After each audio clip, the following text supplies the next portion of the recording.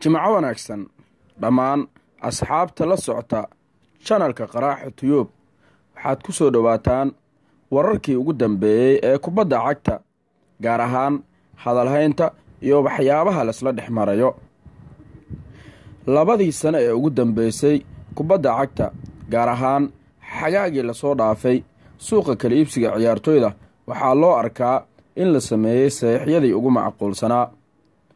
Neymar ayaa ka soo tagay Barcelona kuna biiray Paris.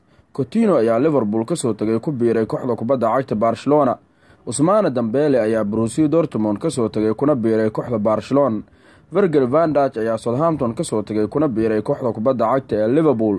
Cristiano Ronaldo ayaa Real Madrid ka tagay kuna biiray kooxda kubadda cagta ee Juventus. Sidaa darteeda sawirka muuqaan waxaa loo arkaa mid ka mid ah dhacdooyinkii ugu waaweynaa ee suuqa kala iibsiga ciyaartoyda.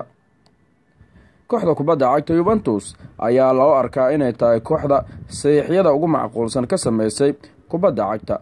Juventus waxa ay haysataa saf ciyaaryahano oo dhammaystiran marka la fiiriyo markii ugu dambeysay inay soo qaateen Leonardo Bonucci. Shaxdoodina waxaa goosha ku soo bilaabanaya Szczesny, Cancelo, Bonucci, Chiellini, Sandro, Emre Can, Pjanic, Matuidi waa qadka dhexe, weerarku waa Dybala, Cristiano Ronaldo iyo Douglas Costa. Gabriel Jesus ayaa heshiis u kordhiyay kooxda kubadda cagta ee Manchester City.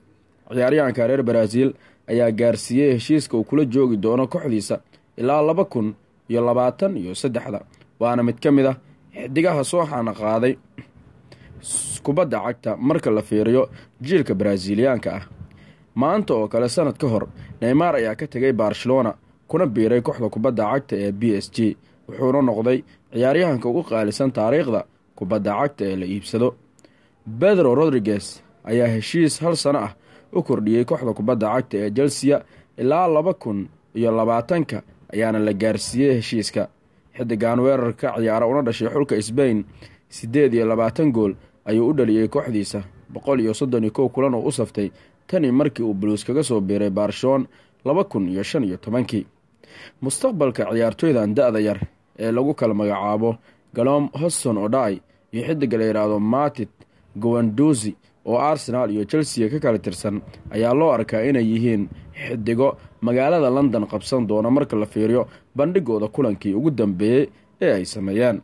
Manchester United ayaa loolankeeda u weecisay xidiga lagu magacaabo Toby Alderweireld maadaama ay u muuqdaan inay ka aamuseen Harry Maguire oo lacag badan gaarsiisay kooxda kubadda cagta ee Leicester City qiimihiisa.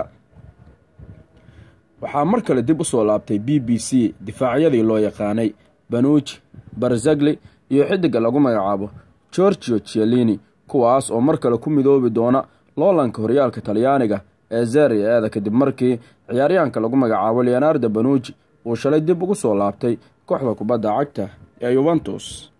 Gonzalo Higuain ayaa ku biiray AC Milano. Higuain 199 kulan ayuu Talyaaniga saftay, 121 gool ayuu dhaliyay, 2 Serie A ayuu haystaa, 3 Coppa Italia iyo 1 koob oo ah Superkaabaha Talyaaniga. Intaas waxay ahaayeen waxyaabihii ugu dambeeyay kubadda cagta iyo waliba wararka maanta la hadalhaayo suuqa kala iibsiga iyo waliba sheekooyin kale. waad ku mahadsantahay daawashada videogan. fadlan ha ilaabin like iyo share kadibna inaad daado subscribe. mahadsanid.